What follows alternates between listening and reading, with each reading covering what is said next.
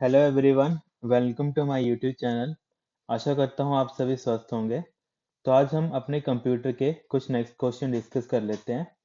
आज का हमारा फर्स्ट क्वेश्चन आ गया, in Word you can force a page break. यहाँ पे बोला है अगर हम एमएस वर्ड में मुझे पेज ब्रेक अप्लाई करना है तो उसके लिए हम क्या यूज करेंगे। फर्स्ट लिखा है by positioning your cursor at the appropriate place and pressing F1 key. Second लिखा है by positioning your cursor at the appropriate place and pressing Ctrl plus Enter की। थर्ड लिखा है by using the insert या फिर section break। Fourth लिखा है by changing the font size of your document। तो जब भी हमें पेज ब्रेक अप्लाई करना होता है तो उसके लिए हम क्या करते हैं। मुझे मान लो कि मेरे पास कोई डॉक्यूमेंट है, उसमें मैंने यहाँ तक कुछ टेक्स्ट लिख रखा है यहाँ तक, और मुझे इसके आगे पेज ब्रेक अप्लाई करना है। तो उसके लिए मैं क्या करूँगा, मुझे अपना कर्सर यहाँ पे लेके जाना पड़ेगा इस पॉइंट पे, और वहां पे मैं शॉर्टकट की यूज करूंगा कंट्रोल प्लस एंटर की। तो यहाँ पे क्या यूज करूंगा, शॉर्टकट की कंट्रोल प्लस एंटर। या फिर इसके अलावा एग्जाम में पूछा जाता है, अगर हमें एक शॉर्टकट की नहीं पूछी होती तो इसके अलावा क्या वहां पे ऑप्शन में दे रखा होता कि हम क्या यूज करते, हम सेलेक्ट करते और सिलेक्ट क्या करते हैं हम इंसर्ट को, मतलब इंसर्ट टैब पे जाते हैं, सिंपली बोलने का मतलब वो है। और वहां से हम क्या अप्लाई करते हैं, पेज ब्रेक। तो ये हमारे पास दो तरीके हैं जो सबसे ज़्यादा यूज़ किए जाते हैं जब हम पेज ब्रेक अप्लाई करना होता है। तो यहाँ पे हमारा क्या राइट आंसर आ जाता है, हमारा सेकंड हमारा राइट आंसर आ जाता है। इसके अलावा अगर हम और इम्पोर्टेंट चीज़ें देखें जो पेज ब्रेक के रिगार्डिंग पूछी जाती हैं, जैसे फॉर एग्जाम्पल आगे हमारे पास एग्जाम में पूछा जाता है, to end a page, to end a page without without filling a page with text।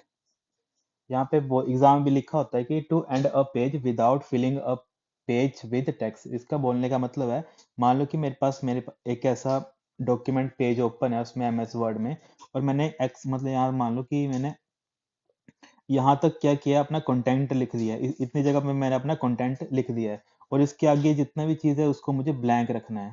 ठीक है, इसके आगे की जो भी चीज़ है मुझे उसमें कुछ भी नहीं लिखना है। तो उसके लिए भी हम क्या यूज़ करते हैं, इस टाइम पे भी हम क्या यूज़ करते हैं, पेज ब्रेक का यूज़ करते हैं। तो एग्जाम में कई बार ये क्वेश्चन भी पूछा जाता है, अगर हमें किसी पेज को एंड करना है without filling the page with text. ठीक है, अगर उसके जो पेज में है उसमें मुझे एक्स्ट्रा पेज में कुछ भी टेक्स्ट नहीं लिखना है, तो उस टाइम पे भी हम क्या यूज़ करते हैं, पेज ब्रेक को ही यूज करते हैं। तो इसका राइट आंसर क्या आ जाएगा, इस क्वेश्चन का भी पेज ब्रेक ही हमारा राइट आंसर होगा। इसके अलावा एक और चीज पूछी जाती है कि हार्ड पेज ब्रेक्स क्या होते हैं। एग्जाम में पूछा जाता है कि हार्ड पेज ब्रेक क्या चीज होती है। तो हार्ड पेज ब्रेक भी वही होता है जब हम किसी पेज को फोर्सफुली क्या करते हैं, ब्रेक करते हैं। तो यहाँ पे ऑप्शन में दे रखा होता है फोर्स्ड पेज ब्रेक।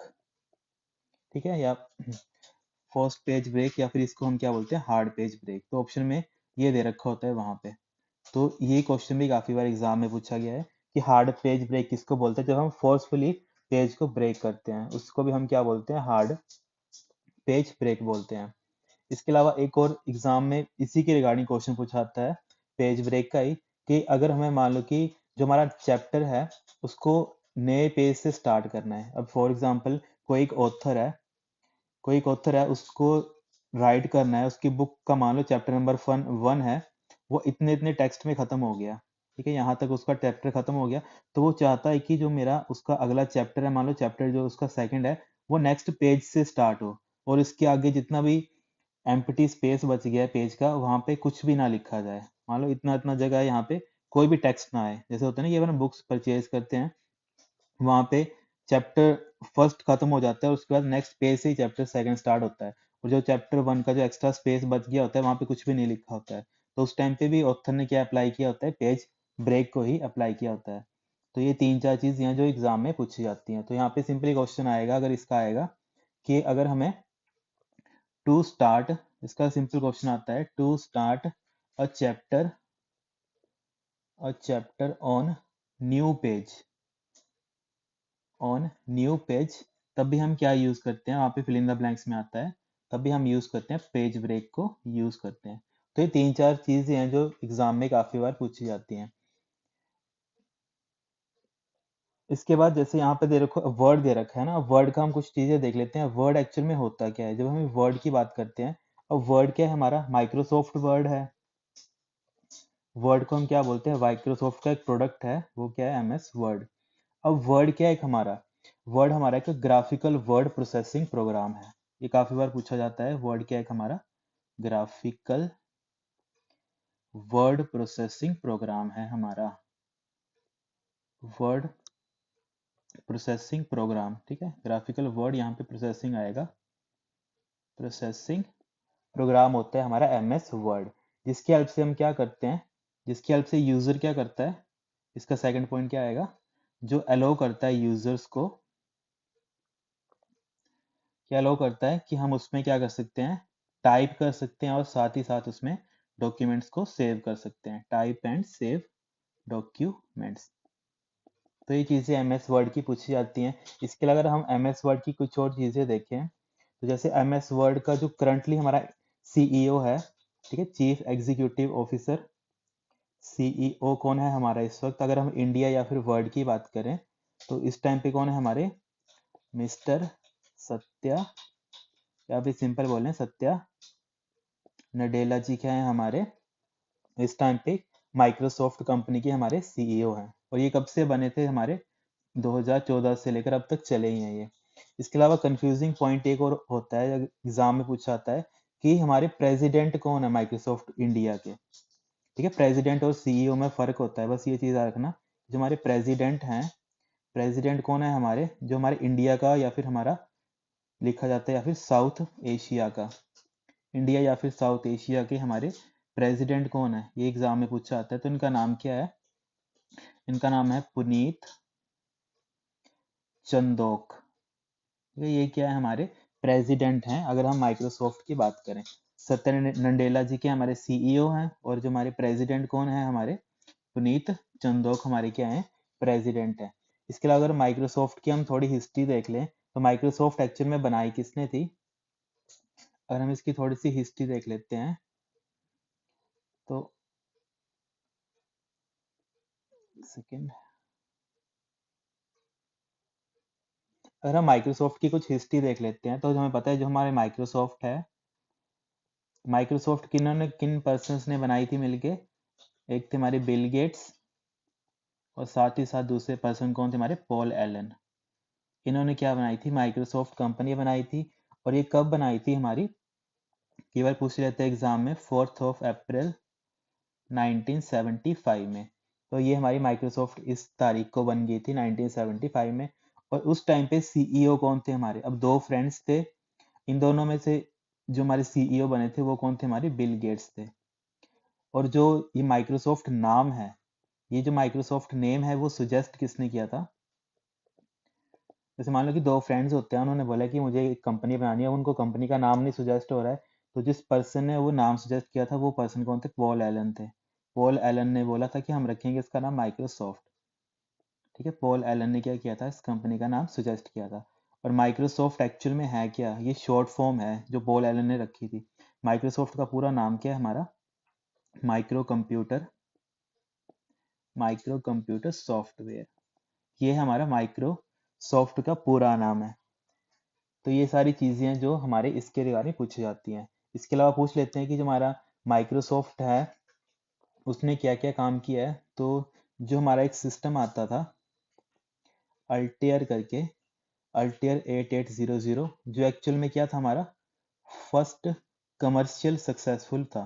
ठीक है, फर्स्ट कमर्शियल सक्सेसफुल, ठीक है, यहाँ पे मैं सिंपल लिख रहा हूँ, सक्सेसफुल जो हमारा पर्सनल कंप्यूटर था, ये कौन सा था हमारा, अल्टेयर 8800। ये काफी बार एग्जाम में पूछा जाता है कि हमारा फर्स्ट सक्सेसफुल पीसी कौन था, तो वहां पे ऑप्शन में दिया जाता है अल्टेयर 800। और ये किस कंपनी ने बनाया था, ये बनाया था हमारे MITS कंपनी ने बनाया था, जिसको हम बोलते हैं micro instrumentation and telemetry system.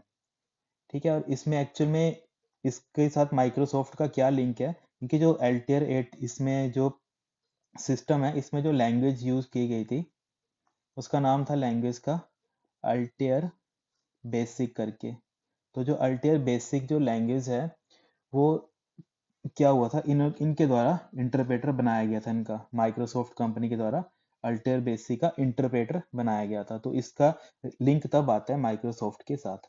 तो ये चीज़ें हैं जो कई बार हिस्ट्री में या फिर एमसीक्यू में पूछी जाती हैं कि सबसे जो फर्स्ट कमर्शियल सक्सेसफुल पीसी कौन था हमारा, अल्टेयर 800, और ये कौन किस कंपनी ने बनाया था, MITS, जिसकी फुल फॉर्म होती है micro instrumentation and telemetry system.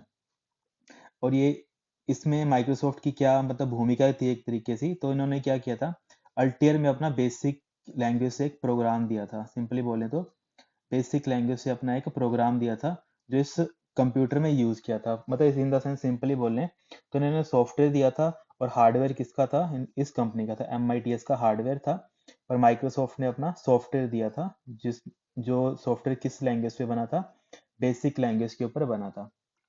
तो ये 3-4 चीजें हैं जो हिस्ट्री में काफी बार पूछी जाती हैं और एग्जाम में भी काफी बार पूछी जाती हैं ये चीजें। तो इनको क्या करना है, या फिर नोट कर लेना या फिर इनको एक बार रिवाइज कर लेना। फिर हमारे पास नेक्स्ट क्वेश्चन आ गया था, purpose of an application program is to. जो हमारे एप्लीकेशन प्रोग्राम्स होते हैं उनका पर्पस क्या होता है। फर्स्ट लिखा है meet specific user need, second लिखा है meet equivalent run better, third लिखा है allow the operating system to control resources better, fourth लिखा है convert program written in high level language to machine level language. तो जो हमारी एप्लीकेशन प्रोग्राम होती है उसका मेन ऑब्जेक्टिव क्या होता है, हर एक यूजर की स्पेसिफिक नीड को फुलफिल करना। तो यहाँ पे क्या होगा, फर्स्ट हमारा राइट आंसर होगा। अब एप्लीकेशन सॉफ्टवेयर कौन सा हो गया, अब फॉर एग्जांपल अगर हम सभी पर्सन मोबाइल तो यूज़ करते हैं, अगर मोबाइल की बात मैं सिंपली करूँ, क्योंकि आजकल सभी पर्सन मोबाइल यूज़ करते हैं तो वो जल्दी समझ आते हैं। तो मोबाइल में अगर बात करें, मोबाइल में क्या होता है, या तो एंड्रॉयड होता है या फिर हमारा iOS होता है। अब ये दोनों किस टाइप के सॉफ्टवेयर आते हैं, ये हमारे सिस्टम सॉफ्टवेयर होते हैं। ये दोनों हमारे क्या होते हैं, सिस्टम सॉफ्टवेयर होते हैं। और दूसरी तरफ हमारे एप्लीकेशन सॉफ्टवेयर कौन से आ गए, जो यहाँ पे पूछा था। अब सिस्टम सॉफ्टवेयर के ऊपर क्या होते हैं, एप्लीकेशन रन होती हैं। एप्लीकेशन इन द सेंस जैसे व्हाट्सएप हो गया, व्हाट्सएप के साथ सभी लिंक्स कर सकते हैं। इसके अलावा हो गया फेसबुक आ गया, है ना। इसके अलावा और कौन सी एप्लीकेशन, ऐसी फोटोज की एप्लीकेशन आ गई। अब ये सारी की सारी क्या है, और वीडियोस की आ गई। तो ये सारी सारी क्या है, यूजर्स की पर्टिकुलर नीड को फुलफिल करती हैं। फॉर एग्जांपल मुझे किसी पर्सन की फोटोज देखनी है, तो फोटोज मैं कहाँ देखूंगा, गैलरी के एप्लीकेशन में देखूंगा, या फिर सिंपली बोलूँ फोटोज या फिर जो मेरी गैलरी की एप्लीकेशन होती है वहां पे चेक करूंगा। अगर मुझे वीडियो देखनी है तो मैं वीडियो के एप्लीकेशन में जाके वीडियो प्ले करूंगा। तो ये क्या कर रहे हैं, मेरी स्पेसिफिक नीड को फुलफिल कर रहे हैं, तभी इनको हम क्या बोलते हैं, एप्लीकेशन सॉफ्टवेयर बोलते हैं। तो यहाँ पे क्या होगा हमारा, इसके रिगार्डिंग हमारा फर्स्ट हमारा राइट आंसर होगा, क्योंकि ये हमारे क्या कर रहे हैं, स्पेसिफिक नीड को फुलफिल कर रहे हैं। फिर नेक्स्ट आ गया हमारे पास, which of the following printers generate character from a grid. यहाँ पे बोला है ऐसा कौन सा प्रिंटर है जो करेक्टर्स को प्रिंट करते हैं with the help of grid. तो ये कौन से होते हैं, फर्स्ट लिखा है इंकजेट, सेकंड लिखा है लेजर, थर्ड लिखा है डेजीबल, और फोर्थ लिखा है डॉट मैट्रिक्स। तो ये हमारा कौन सा होता है, फोर्थ हमारा क्या होगा, राइट आंसर होगा। तो डॉट मैट्रिक्स सेक्शन में होता क्या है, ये ऐसे होता है, इसमें काफी सारी पिन्स होती हैं। अब पिंस की हेल्प से क्या होता है, इसके ऊपर एक हैमर स्ट्राइक करता है। ठीक है, पिंस के ऊपर हैमर स्ट्राइक करता है, और हैमर के आगे एक रिबन सी लगी होती है। ठीक है, अब रिबन रिबन से एक लगी होती है, और रिबन के ऊपर क्या होता है, इंक होता है। और रिबन के आगे हम क्या इंसर्ट करते हैं, यहाँ पे पेज इंसर्ट करते हैं। तो होता क्या है, जो हैमर है, हैमर स्ट्राइक करता है पिंस के ऊपर, और जो पिंस का पैटर्न होगा वो with the help of ink वो कहाँ पे प्रिंट हो जाएगा, हमारे पेज के ऊपर प्रिंट हो जाएगा। तो ऐसा काम करता है हमारा डॉट मैट्रिक्स प्रिंटर। अब मान लो कि मुझे ए प्रिंट करना है, तो डॉट मैट्रिक्स प्रिंटर में कैसे आउटपुट मिलेगी मेरे को, ऐसे ऐसे करके मुझे आउटपुट मिलेगी। ठीक है, तो इसी चीज को हम क्या बोलते हैं, डॉट मैट्रिक्स प्रिंटर बोलते हैं। ठीक है, इसका एग्जाम्पल देखना हो तो जैसे हमारे बसेस में टिकट्स वगैरह आती है ना, टिकट्स में जो टिकट्स की जो प्रिंटिंग होती है वो भी हमारी डॉट मैट्रिक्स की फॉर्म में ही होती है। कभी देखना उसमें जो नाम वगैरह होता है वो डॉटेड फॉर्म में होता है, ऐसे ऐसे करके। ठीक है, तो यहाँ पे जो हमारा प्रिंटेड ग्रिड पैटर्न कौन देगा, हमारा डॉट मैट्रिक्स प्रिंटर देगा। तो यहाँ पे फर्स्ट होगा राइट आंसर। इसके अलावा पूछ लेते हैं कि स्पीड पूछ लेते हैं। तो स्पीड भी हमने पहले डिस्कस की थी, जो हमारे डॉट मैट्रिक्स की स्पीड कितनी आती है, करेक्टर्स पर सेकंड में। CPS दे रहा हूँ, उसकी फुल फॉर्म होती है हमारी करेक्टर्स पर सेकंड में। फिर हमारा नेक्स्ट क्वेश्चन आ गया, एक्यूमुलेटर इज अ। यहाँ पे बोला है कि हमारा एक्यूमुलेटर क्या होता है, हार्डवेयर यूनिट होता है, सिक्वेंशियल सर्किट होता है, फाइनाइट स्टेट मशीन होती है, या फिर रजिस्टर होता है। तो एक्यूमुलेटर क्या होता है, हमारा एक रजिस्टर होता है। और ये कहाँ पे लाई करता है, ये हमारा सीपीयू के अंदर होता है। सीपीयू की फुल फॉर्म क्या पढ़ी थी हमने? Central processing unit. ये हमने सीपीयू की फुल फॉर्म पढ़ी थी। और ये सीपीयू के अंदर कौन सा रजिस्टर आ गया हमारे पास? एक्यूमुलेटर एक रजिस्टर आ गया। इसके अलावा और भी इंपॉर्टेंट चीजें देख लेते हैं। अगर रजिस्टर्स ही देख लिया हम थोड़ा सा टॉपिक, तो रजिस्टर हमने पहले भी पढ़ा था कि रजिस्टर क्या होता है? कॉम्बिनेशन ऑफ फ्लिप फ्लॉप होता है। एक चीज हमने पढ़ी थी और ये एग्जाम में पूछी जाती है और इसको बार बार रिवाइज करना है जब तक आपको ये चीज याद ना हो जाए। कॉम्बिनेशन ऑफ हमारी फ्लिप फ्लॉप होती है, ये चीज पढ़ी थी हमने। इसके अलावा हम रजिस्टर ही देख लें सीपीयू के अंदर कौन सा होता है, तो एक आ गया हमारा एक्यूमुलेटर। अब एक्यूमुलेटर को शॉर्ट में की जगह ए लिखा होता है या फिर ए सी करके लिखा होता है, तो इसका मतलब क्या होता है? एक्यूमुलेटर। अब एक्यूमुलेटर का मेन काम क्या होता है?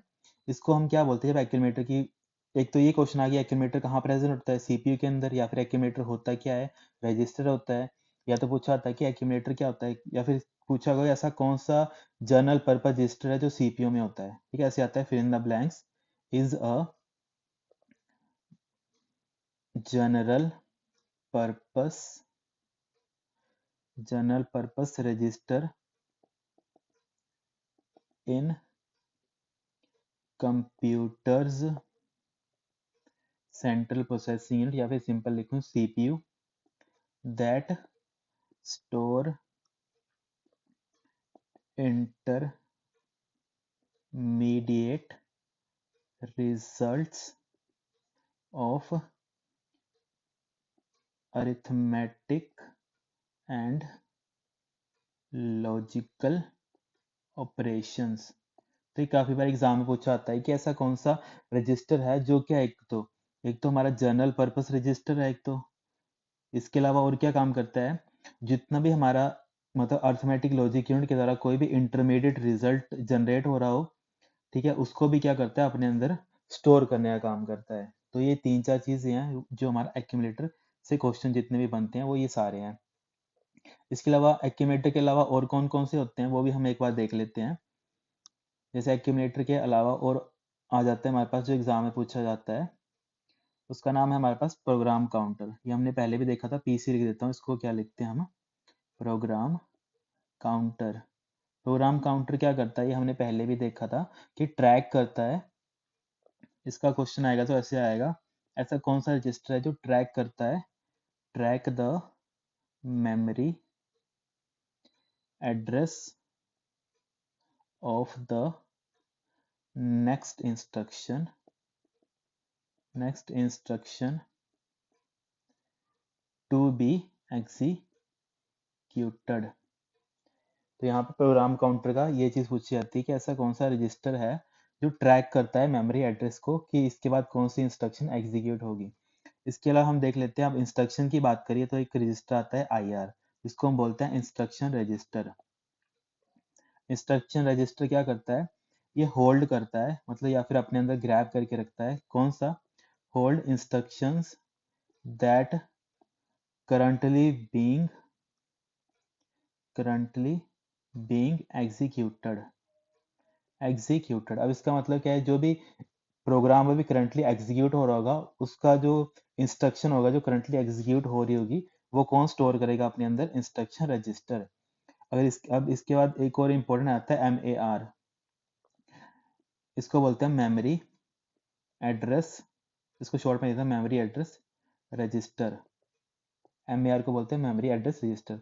अब ये क्या काम करता है? ये होल्ड करता है एड्रेस ऑफ द इंस्ट्रक्शन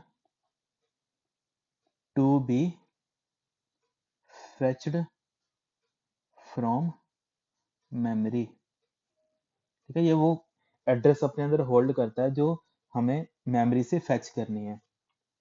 तो यहाँ पे हमने दो चीज, जितनी भी चीजें देखी उनको हम एक बार रिवाइज कर लेते हैं, होता क्या है ये सारा।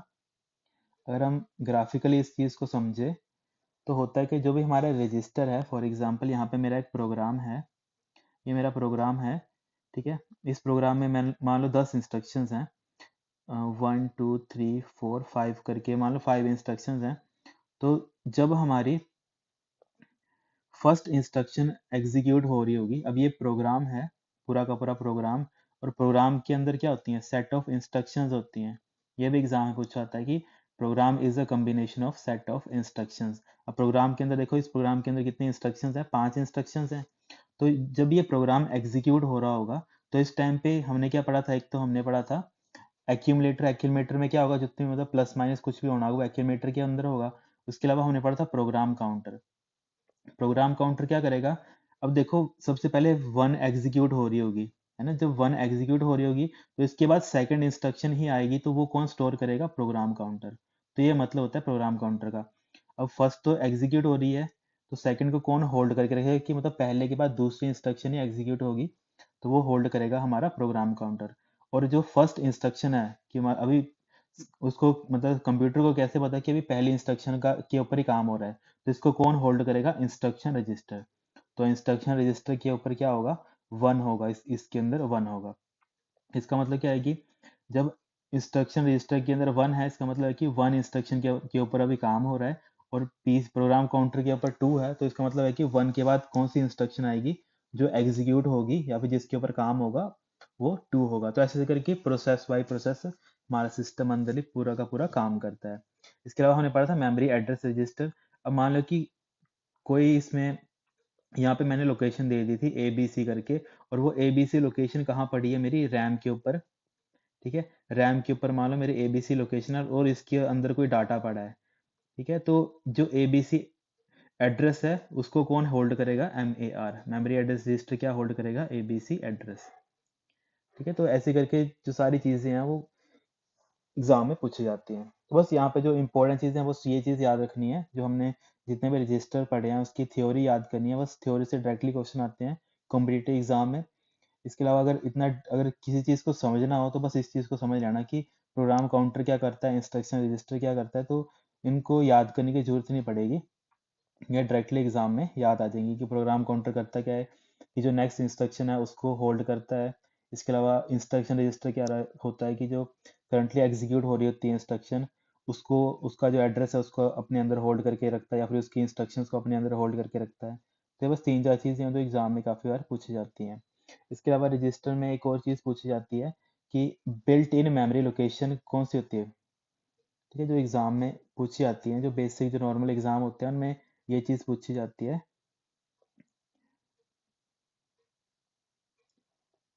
कि जो हमारे रजिस्टर्स को हम क्या बोलते हैं। इसको शॉर्ट में लिखता हूँ आर ई जी। रजिस्टर को हम क्या बोलते हैं? Built in memory location in processor. तो एग्जाम में ऐसा करके फिलिंग द ब्लैंक्स दिया होता है, वहां पे लिखा होता है built in memory location in processor. Processor के अंदर बिल्ट इन मेमोरी लोकेशन कौन सी होती है? तब भी आंसर क्या होता है? रजिस्टर। और रजिस्टर हमारे क्या होता है? फास्टेस्ट मेमोरी होती है। फिर भी आता है कि who is the fastest memory location inside CPU. ठीक है, फास्टेस्ट मेमोरी लोकेशन इनसाइड हमारे कहाँ पे? सीपीयू के अंदर। तो ये तीन चार चीजें हैं जो एग्जाम में क्या होती हैं? पूछी जाती हैं बार बार। फिर नेक्स्ट आ गया हमारे पास an IPO chart consist of. अब हमारा आईपीओ चार्ट क्या होता है? आईपीओ चार्ट होता है कि जैसे मान लो कि मेरे पास एक चार्ट बनाया मैंने, उसमें मुझे तीन चीजें डिस्प्ले करनी है। एक तो इनपुट, और एक आ गया मेरा उसका प्रोसेस, और एक आ गया मेरा आउटपुट। तो बस इसी चीज को ही हम क्या बोलते हैं? आईपीओ चार्ट बोलते हैं।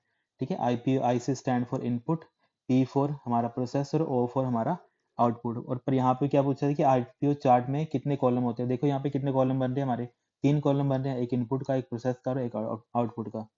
तो यहाँ पे क्या होगा? फर्स्ट हमारा राइट आंसर होगा।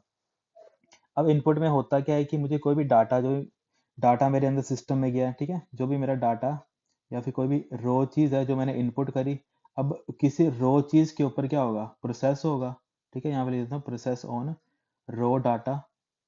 ठीक है, रो डाटा जब प्रोसेस होता है तो मेरे पास क्या मिल जाती है? मुझे इंफॉर्मेशन। तो बस यही चीज है कि आईपीओ में क्या क्या चीज होती है। एक तो इनपुट आ गया कि मैंने कौन सा डाटा इंसर्ट किया अपने सिस्टम के अंदर, या फिर कौन सा डाटा इनपुट किया, उस डाटा के ऊपर क्या मेरा काम हुआ, और जो काम होने के बाद मुझे क्या आउटपुट मिली, या फिर मुझे क्या इंफॉर्मेशन मिली उस डाटा के प्रोसेस होने के बाद। तो बस ये तीन चीजें आती है जब हम आईपीओ चार्ट की बात करते हैं। तो यहाँ पे क्या होगा? फर्स्ट हमारा राइट आंसर होगा। फिर नेक्स्ट क्वेश्चन आपको बताना है इसका आंसर। ठीक है, आपने कमेंट करना है इसका आंसर नीचे। ठीक है, लेट मी थिंक। ठीक है, इसका आपको क्या करना है, नीचे कमेंट करना है। ठीक है guys, thank you so much, have a great day. अगर इसका आंसर आपको नहीं लगेगा पता, कोई बात नहीं, मैं कल इसको फिर से डिस्कस कर लूंगा आपके साथ। ठीक है, हैव अ ग्रेट डे।